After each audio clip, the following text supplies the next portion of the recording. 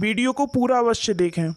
पहला प्रश्न है, मानव शरीर में प्रोटीन का पाचन किस अंग में प्रारंभ होता है? उत्तर, शरीर में प्रोटीन का पाचन आमाशय में प्रारंभ होता है। अगला प्रश्न है, प्लाज्मा में जल का कितना प्रतिशत होता है? उत्तर, प्लाज्मा में जल का 90% होता है। अगला प्रश्न है, मानव शरीर में पाचन का अधिकांश भाग किस अंग में संपन्न होता है? उत्तर, शरीर में पाचन का अधिकांश भाग छोटी आंत में संपन्न होता है। अगला प्रश्न है, जीभ के किस भाग द्वारा मीठे स्वाद का पता लगाया जाता है? उत्तर, जीभ के अग्र भाग द्वारा मीठे स्वाद का पता लगाया जाता है। अगला प्रश्न है, रक्त से यूरिया और यूरिक एसिड जैसे अपशिष्ट उत्पादों को छानने वाला अंग है? उत्तर, गुर्दा। गुर्दा रक्त से यूरिया और यूरिक एसिड जैसे अपशिष्ट उत्पादों को छानने वाला अंग है। अगला प्रश्न है, मूत्र का रंग पीला किसकी मौजूदगी के कारण होता है? उत्तर, मूत्र का रंग पीला यूरोक्रोम की मौजूदगी के कारण होता है। अगला प्रश्न है, एक वयस्क मानव शरीर में जल प्रतिशत होता है लगभग? तो एक मानव शरीर में जल प्रतिशत लगभग 66% होता है। अगला प्रश्न है, लंबे समय तक उपवास रखने का सर्वाधिक प्रभाव शरीर के किस अंग पर पड़ता है? उत्तर है गुर्दे पर। लंबे समय तक उपवास रखने पर सर्वाधिक प्रभाव गुर्दों पर पड़ता है। अगला प्रश्न है, जब वृक्क कार्य करना बंद कर देता है तो? उत्तर, रक्त में नत्रजनित अपशिष्ट पदार्थ का संचय होता है। अगला प्रश्न है, श्वसन में ऊर्जा उत्पादित होती है? उत्तर, श्वसन में ऊर्जा उत्पादित एटीपी के रूप में होती है। अगला प्रश्न है, फेफड़ों में गैसीय विनिमय का स्थल होता है? उत्तर है अल्वियोलाई। फेफड़ों में गैसीय विनिमय का स्थल अल्वियोलाई है। अगला प्रश्न है, सुई चुभने पर कौन सा अंग दर्द नहीं करेगा? उत्तर है मस्तिष्क। सुई चुभने पर मस्तिष्क दर्द नहीं करेगा। अगला प्रश्न है, जब आंख में धूल जाती है तो उसका कौन सा अंग सूज जाता है और गुलाबी हो जाता है? उत्तर है नेत्र श्लेष्मा। आंख में जब धूल जाती है तो नेत्र श्लेष्मा नामक अंग सूज जाता है और गुलाबी हो जाता है। अगला प्रश्न है, मनुष्य के आँखों में रंग की अनुभूति किसके द्वारा होती है? तो मनुष्य के आँखों में रंग की अनुभूति कोन सेल द्वारा होती है। किसके द्वारा होती है? कोन सेल द्वारा होती है। अगला प्रश्न है, मनुष्य में मांसपेशियों में थकावट किसके जमा हो जाने के कारण आती है? तो मनुष्य में मांसपेशियों में थकावट लैक्टिक अम्ल के जमा हो जाने के कारण आती है। अगला प्रश्न है, स्टेपीज नाम है? तो स्टेपीज नाम एक अस्थि का नाम है। अगला प्रश्न है, मानव शरीर की सबसे छोटी हड्डी है? उत्तर, मानव शरीर की सबसे छोटी हड्डी स्टेपीज होती है। अगला प्रश्न है, पेशी थकान के लिए कौन उत्तरदायी है? उत्तर है पेशी थकान के लिए लैक्टिक अम्ल उत्तरदायी है। अगला प्रश्न है, हृदय की धड़कन नियंत्रण करने के लिए कौन सा खनिज आवश्यक है? उत्तर है हृदय की धड़कन नियंत्रण करने के लिए पोटेशियम आवश्यक है। अगला प्रश्न है, मानव रक्त का पीएच वैल्यू क्या है? उत्तर है मानव रक्त की पीएच वैल्यू 7.36 से 7.42 है। अगला प्रश्न है, रक्त में अधिकांश CO2 ले जाया जाता है? उत्तर है रक्त में अधिकांश CO2 कार्बनिक एसिड के रूप में ले जाया जाता है। अगला प्रश्न है, रक्त समूह की खोज किसने की? उत्तर, रक्त समूह की खोज कार्ल लैंडस्टीनर ने की। अगला प्रश्न है, मानव रक्तदान के लिए कौन सा रक्त समूह सर्वदाता होता है? उत्तर, ओ समूह। ओ समूह मानव रक्तदान के लिए सर्वदाता होता है। अगला प्रश्न है, पेसमेकर किससे संबंधित है? तो पेसमेकर हृदय से संबंधित है। अगला प्रश्न है, एक स्वस्थ व्यक्ति का सामान्य रक्तचाप कितना होता है? उत्तर है एक स्वस्थ व्यक्ति का सामान्य रक्तचाप 120/80 होता है। अगला प्रश्न है, विटामिन ए की कमी से कौन सा रोग होता है? उत्तर, विटामिन ए की कमी से रतौंधी रोग होता है। यहाँ से आपके पॉलिटी के प्रश्न स्टार्ट होते हैं। पहला प्रश्न है, भारत में कितने राज्य और संघीय प्रदेश हैं? उत्तर, भारत में 28 राज्य तथा 8 केंद्र शासित प्रदेश हैं। अगला प्रश्न है, नागरिकता विधेयक 2019 को संसद ने किस तिथि को पारित किया? उत्तर है, नागरिकता विधेयक 2019 को संसद ने 11 दिसंबर 2019 में पारित किया। अगला प्रश्न है, संविधान का कौन सा अनुच्छेद संसद को नागरिकता के अधिकार को नियमित करने की शक्ति प्रदान करता है? उत्तर है, संविधान का अनुच्छेद 11 संसद को नागरिकता के अधिकार को नियमित करने की शक्ति प्रदान करता है। अगला प्रश्न है, भारत के संविधान के किस भाग में हम नागरिकता से संबंधित प्रावधानों को पाते हैं? तो भाग 2 में हम नागरिकता से संबंधित प्रावधानों को पाते हैं, जो अनुच्छेद 5 से 11 तक हैं। अगला प्रश्न है, विश्वविद्यालय अनुदान आयोग की स्थापना का श्रेय किसको दिया जाता है? उत्तर, लाल बहादुर शास्त्री को विश्वविद्यालय अनुदान आयोग की स्थापना का श्रेय दिया जाता है। अगला प्रश्न है, कौन सा अनुच्छेद जीवन और व्यक्तिगत स्वतंत्रता के संरक्षण से संबंधित है? तो वो है 21वां अनुच्छेद, जीवन और व्यक्तिगत स्वतंत्रता के संरक्षण से संबंधित है। अगला प्रश्न है, अस्पृश्यता का अंत कौन से अनुच्छेद में है? तो अनुच्छेद 17 में अस्पृश्यता का अंत है। अगला प्रश्न है, शिक्षा पाने का अधिकार कौन से अनुच्छेद में है? उत्तर, 21A में शिक्षा पाने का अधिकार है। अगला प्रश्न है, भारतीय संविधान में समानता का अधिकार किन 5 अनुच्छेदों द्वारा प्रदान किया गया है? उत्तर है, अनुच्छेद 14 से 18 तक हम समानता के अधिकार देखते हैं। अगला प्रश्न है, मौलिक अधिकारों का संरक्षक है? तो मौलिक अधिकारों का संरक्षक सर्वोच्च न्यायालय है, जो हमारे मौलिक अधिकारों की रक्षा करते हैं।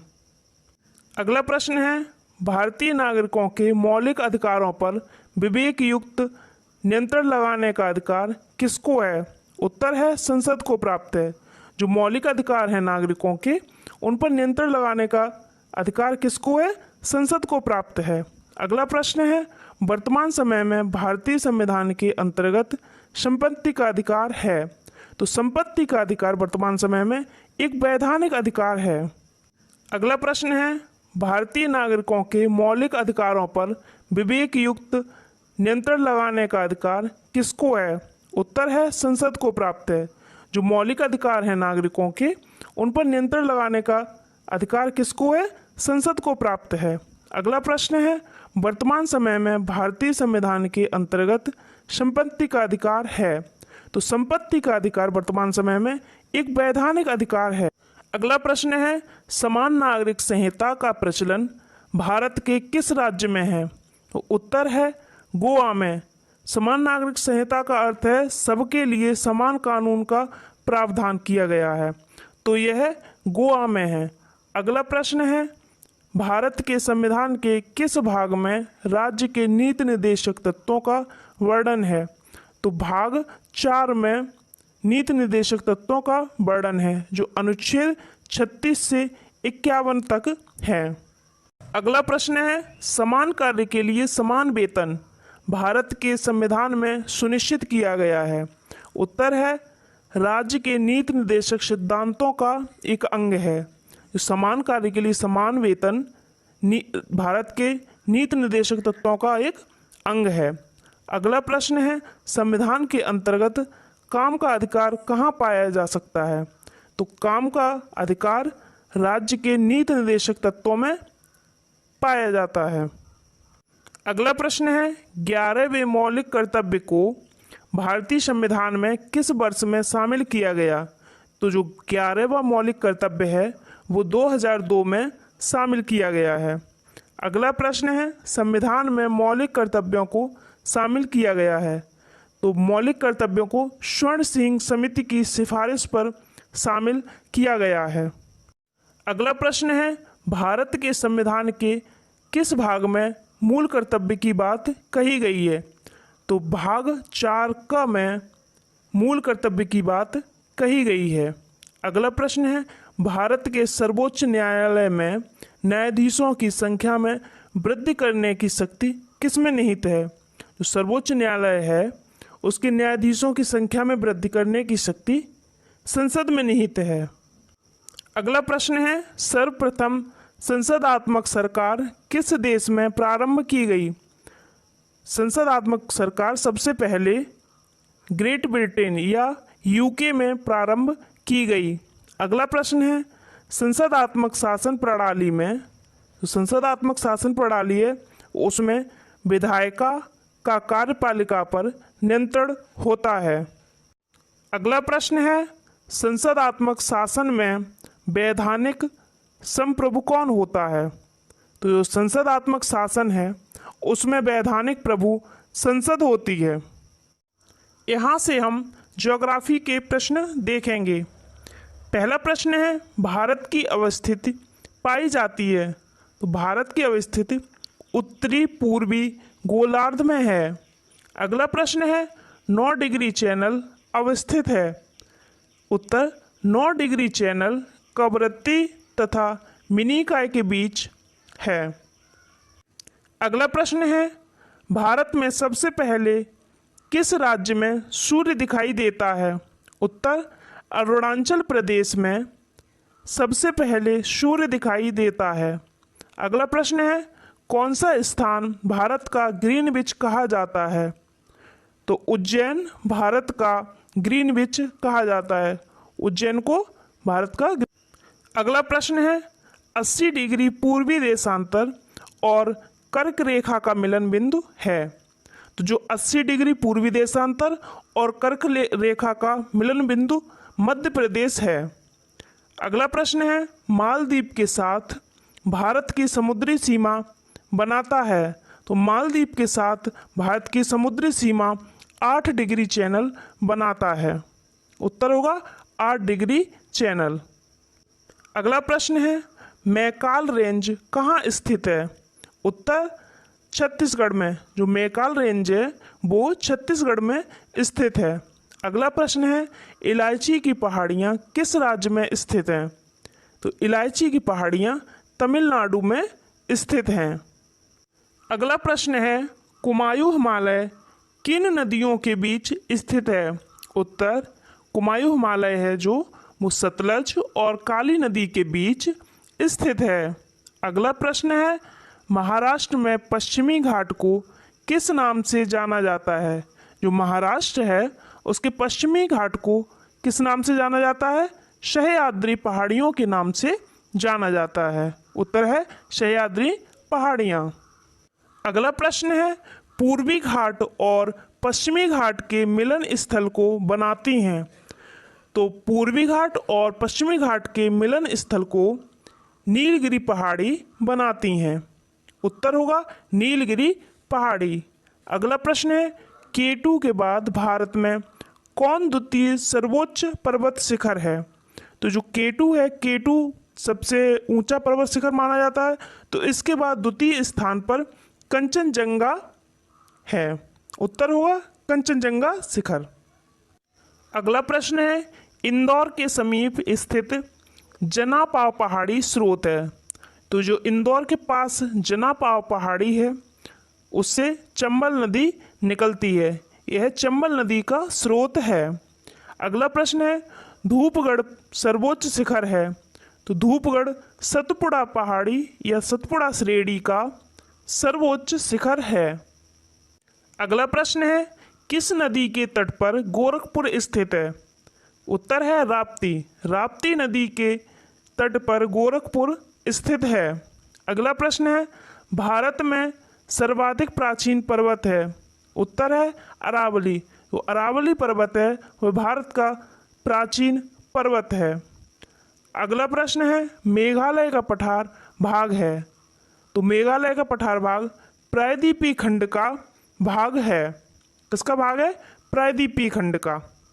अगला प्रश्न है, उत्तर भारत में उप हिमालय क्षेत्र के सहारे फैले समतल मैदान को क्या कहा जाता है? जो उत्तर भारत में उप हिमालय क्षेत्र के सहारे फैला समतल भाग है उसे दून कहा जाता है। अगला प्रश्न है, लेह अवस्थित है। उत्तर, लेह सिंधु नदी के दाएं तट पर अवस्थित है। अगला प्रश्न है, कौन सी नदी लगभग एक ही बिंदु से उत्सर्जित होती हैं? उत्तर है, ब्रह्मपुत्र और इंडस नदी दोनों एक ही बिंदु से उत्सर्जित होती हैं। कौन सी? ब्रह्मपुत्र और इंडस दोनों एक ही बिंदु से उत्सर्जित होती हैं। अगला प्रश्न है, किस नदी में माजुली नदी द्वीप स्थित है? तो वो है ब्रह्मपुत्र नदी में। ब्रह्मपुत्र नदी में माजुली नदी द्वीप स्थित है। अगला प्रश्न है, किन नदियों के स्रोत बिंदु लगभग एक ही हैं? उत्तर है, ब्रह्मपुत्र और सिंधु, या इंडस भी कहते हैं। सिंधु को इंडस भी कहते हैं। अगला प्रश्न है, कौन सी नदी बांग्लादेश में पद्मा के नाम से जानी जाती है?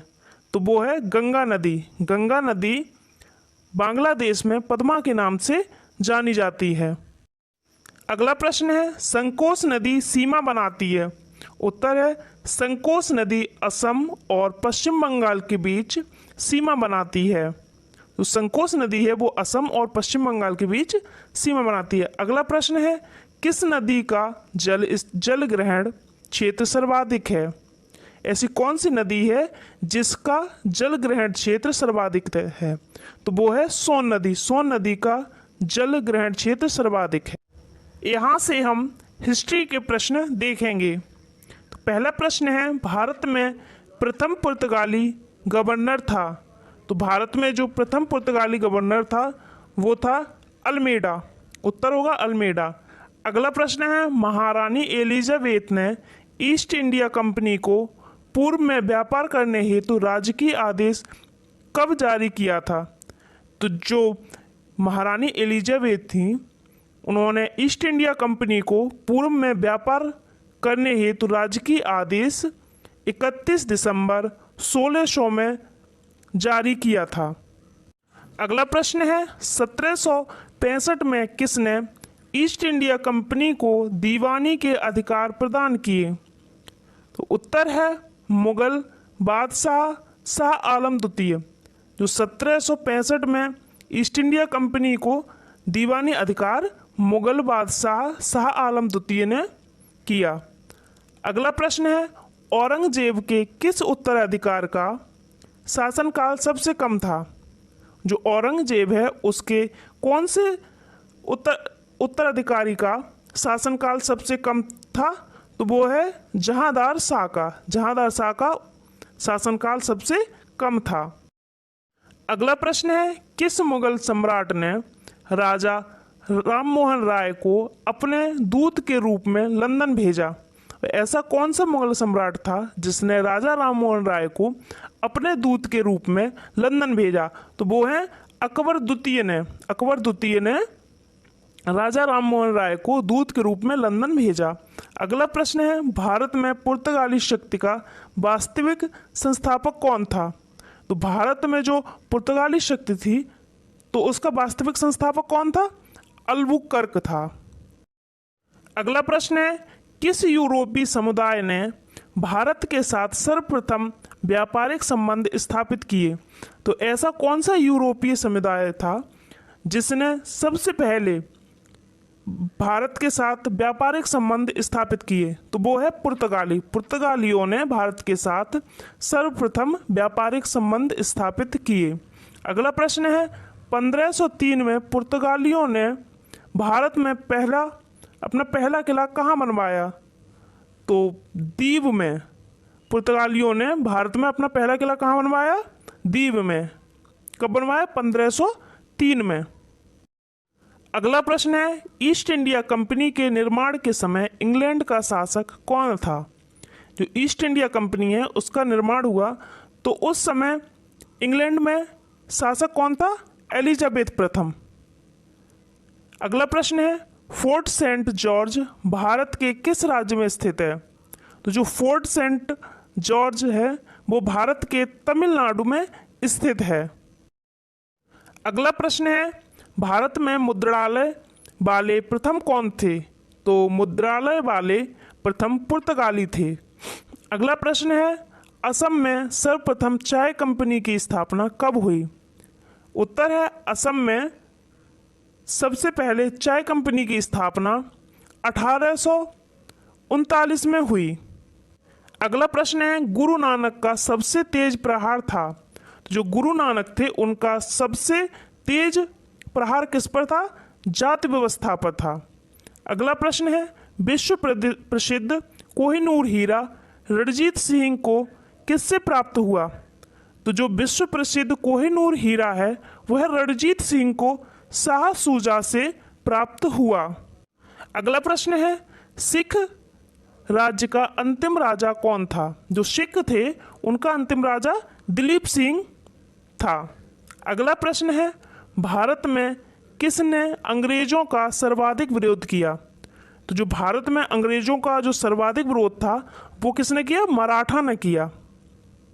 किसने? मराठा ने। अगला प्रश्न है सूरत की संधि कब हुई? उत्तर है 1775 में। 1775 में सूरत की संधि हुई। अगला प्रश्न है बाजीराव पेशवा के दत्तक पुत्र का नाम क्या था? बाजीराव पेशवा के दत्तक पुत्र का नाम नाना साहब था। अगला प्रश्न है 13 जून 1817 को पुणे की संधि पर किसने हस्ताक्षर किए थे? तो जो 13 जून 1817 को पुणे की संधि थी उस पर बाजीराव द्वितीय ने हस्ताक्षर किए। उत्तर होगा बाजीराव द्वितीय। अगला प्रश्न है बक्सर का युद्ध कब हुआ? तो उत्तर है 1764 में। 1764 में बक्सर का युद्ध हुआ। अगला प्रश्न है बंगाल के किस नवाब ने यूरोपियनों की तुलना मधुमक्खियों से की? तो जो बंगाल के नवाब थे उन्होंने यूरोपियनों की तुलना मधुमक्खियों से की। किसने की? अलीवर्दी ने। अगला प्रश्न है लाहौर की संधि कब हुई? तो लाहौर की संधि 1846 में हुई। अगला प्रश्न है सिक्किम का भारत में विलय किसने किया? उत्तर होगा लॉर्ड डलहौजी। लॉर्ड डलहौजी ने सिक्किम का भारत में विलय किया था। अगला प्रश्न है इलाहाबाद की संधि कब हुई? उत्तर है 1765 में। 1765 में इलाहाबाद की संधि हुई थी। अगला प्रश्न है किसके शासनकाल में स्थायी बंदोबस्त प्रारंभ किया गया था? उत्तर है लॉर्ड कॉर्नवालिस ने। लॉर्ड कॉर्नवालिस के समय में स्थायी बंदोबस्त प्रारंभ किया गया था।